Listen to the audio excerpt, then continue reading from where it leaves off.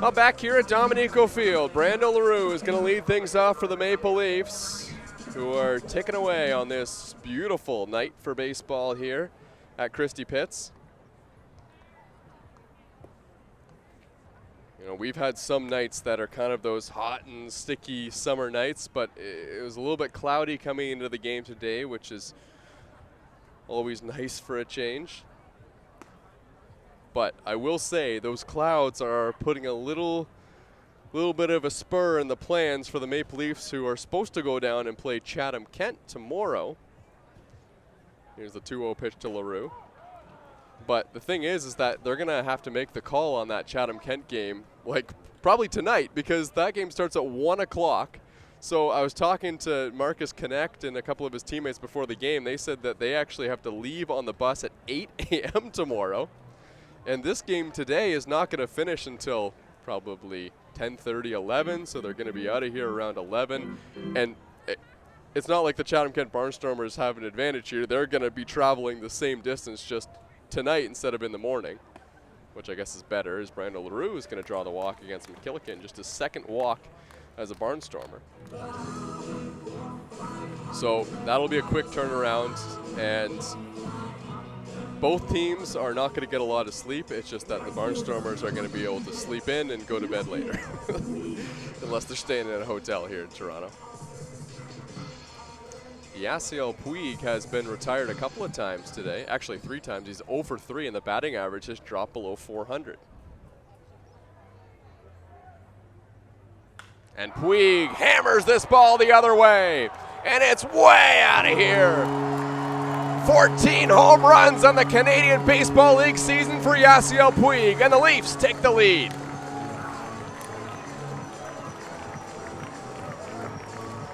Yasiel Puig with a mammoth shot the other way. I've seen people hit the ball to the pull side that finds the Little League diamond with ease. Yasiel Puig just did it, and he might have even been a little late on that fastball. What a shot from the Maple Leaf slugger. 7-6 Toronto. Yordan. 14 home runs on the season. He's running away with this thing. Before the season, I was on the CBL changeup and kind of sheepishly said that Yasiel Puig might hit 25 home runs on the season. And while that number looks unlikely because of a bit of a slow patch in terms of home runs in the middle of the season, boy, is he putting on a show now. This one's inside. Actually, that found the inside corner on Yordan Manduley.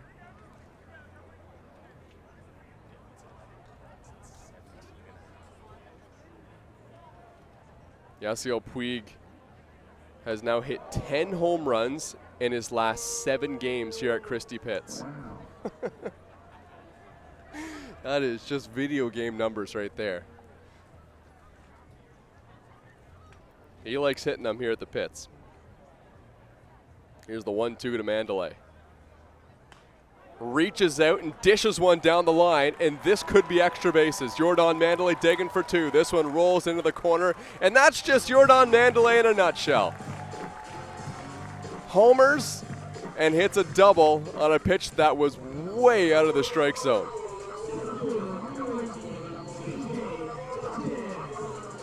Boy, the Maple Leafs have hit everything hard against McKillican.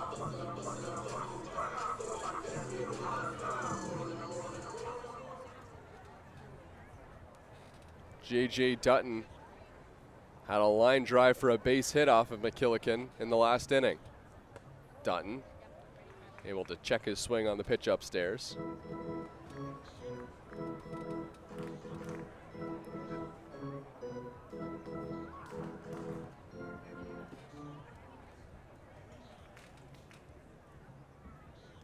Here's the 1-0. Manduley on the move to third base. Here's the throw, and he steals it. And now he's headed home. Yordan Manduley swipes third base and scores. And the Leafs have a 2-run lead. Manduley in back-to-back games has swiped third. May I remind you, he's 40 years old.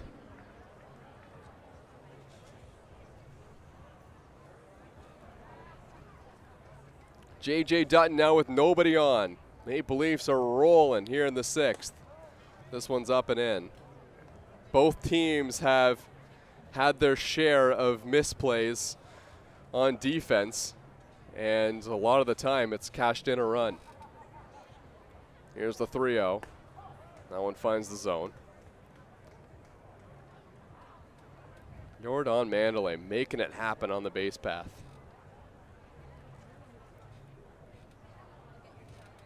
The 3-1 to Dutton.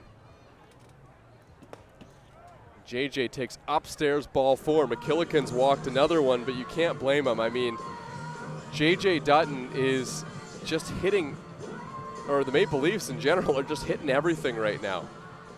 I mean, McKillican throws a pitch that's half a foot outside the strike zone. Yordan Manduley hits it for a double. He makes a perfect pitch low and away to Yasiel Puig. Homers on one of the longer balls we've seen this season hit the other way.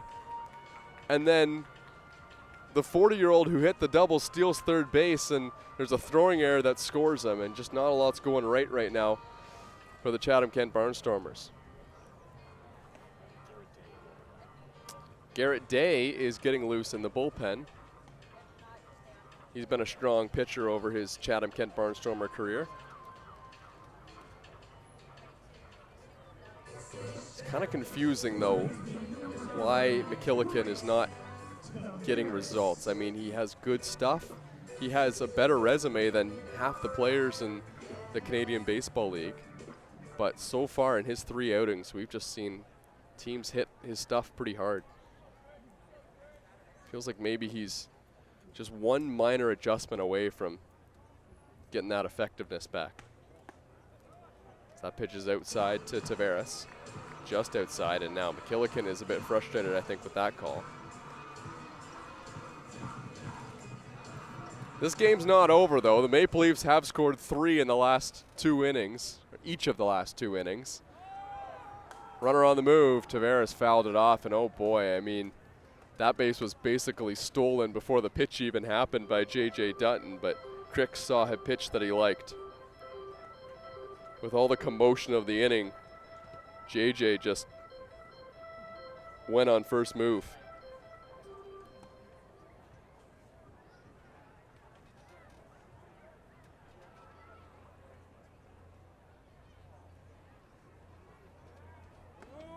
So that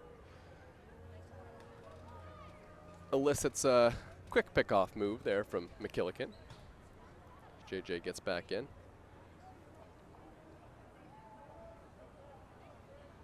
1-1 now. The count on Crix Taveras. Can he join the home run party? Line drive, and it's dropped by Brian Perry. That looked intentional. Throw to second, and it's into the outfield. All runners will advance. There's nobody covering second base. I think Brian Perry dropped that ball trying to get the double play, and it all went wrong in a big way.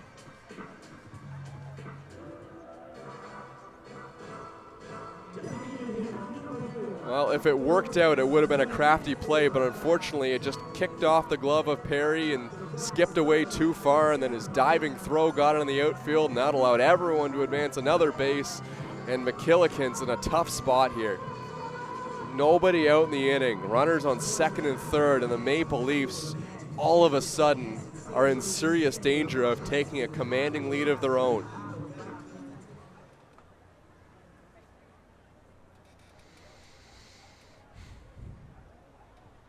Here's Marcus Connect. Boy, did he ever hit a ball hard.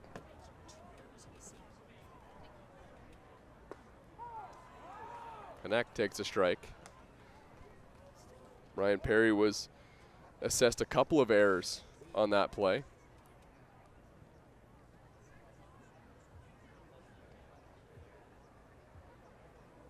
Oh, 0-1 the count now on Marcus Connect.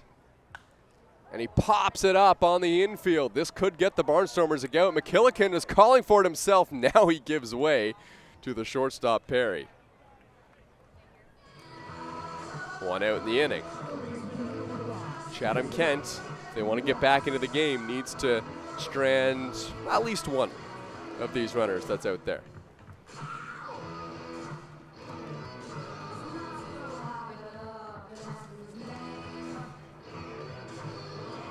McKillican is approaching 40 pitches here in this outing. Now he'll face Spencer Ross. Ross, 1 for 3 tonight.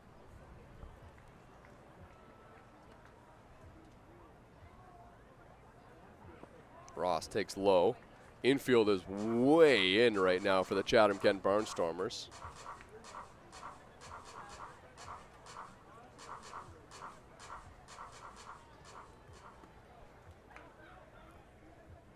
Want to know the count on the Leafs' third baseman.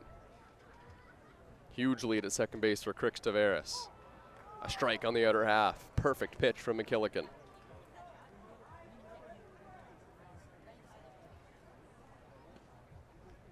Taveras reached on the error, and then another error got him to second base. He would score on a base hit here by Spencer Ross. Ross takes low and away, and Ayad Ansari, another good block. He's made some key ones in this game.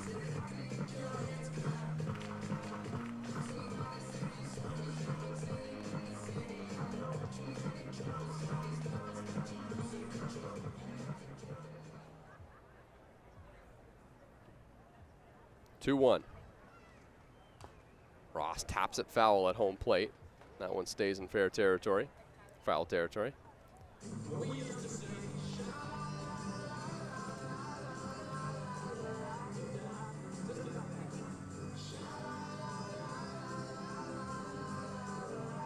If the Maple Leafs can pull off a win today, they would move into 6th place, one away from a playoff spot in the Canadian Baseball League. Now one away, but still a long journey to go to get into that 5th spot.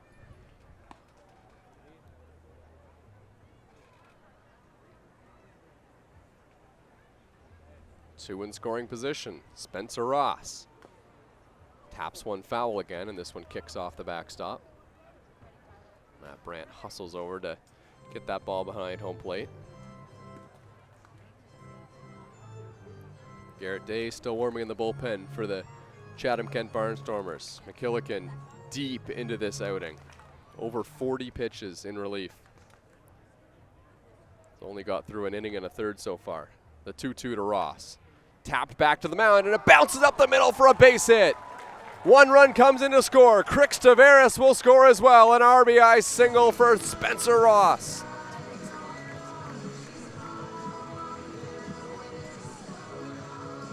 Well, if there wasn't a runner at third and the infield was in, Ross probably would have been out. That was a ground ball tapper up the middle. Instead, it goes for an RBI single that plates a pair, 10-6 Leafs. Garrett Day coming into the game when we come back.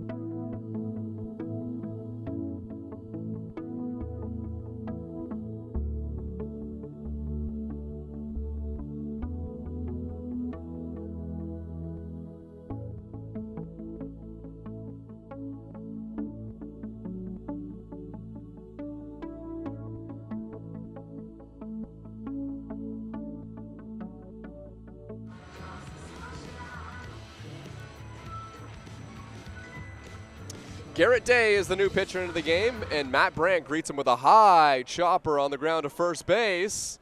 Flip today, just in time. 2 away. Garrett Day comes into this outing with an ERA of 5.49 on the season. He's pitched 19 2/3 innings for the Barnstormers. He's a guy that doesn't throw a ton of pitches when he comes into games. He's pitched an inning in each of his last 2 outings. The most he's thrown was 5 against London. But for the most part, he's a 1 or 2 inning guy. Ben Sitarenios, the batter, swings and misses at the first pitch. Garrett Day is a good pitcher. I mean, the ERA of 5.49 is kind of surprising this season. Each of the last 2, he's had an ERA of 1.66. He was one of the best pitchers in the league in 2024, and same can be said in 2025. Inside, and it hit him. It clipped the elbow of Ben Sitarenios, and he'll head down to first base. Garrett Day does not do that a lot. He barely walks batters at all. And Sitarenios just kind of took that one, and it clipped him on the inner half. Back to the top of the order, here's Brando Leroux. See if that comes up big for the Maple Leafs. Leroux hits this one on the ground. Brian Perry has it. He's going to throw to third to get the force out. That was the closest base, and he chose to go there. So, Maple Leafs open up a 4-run lead. Garrett Day comes in and stops the bleeding. Spencer Ross, he had a big single to open things up for the Maple Leafs. Back in a moment.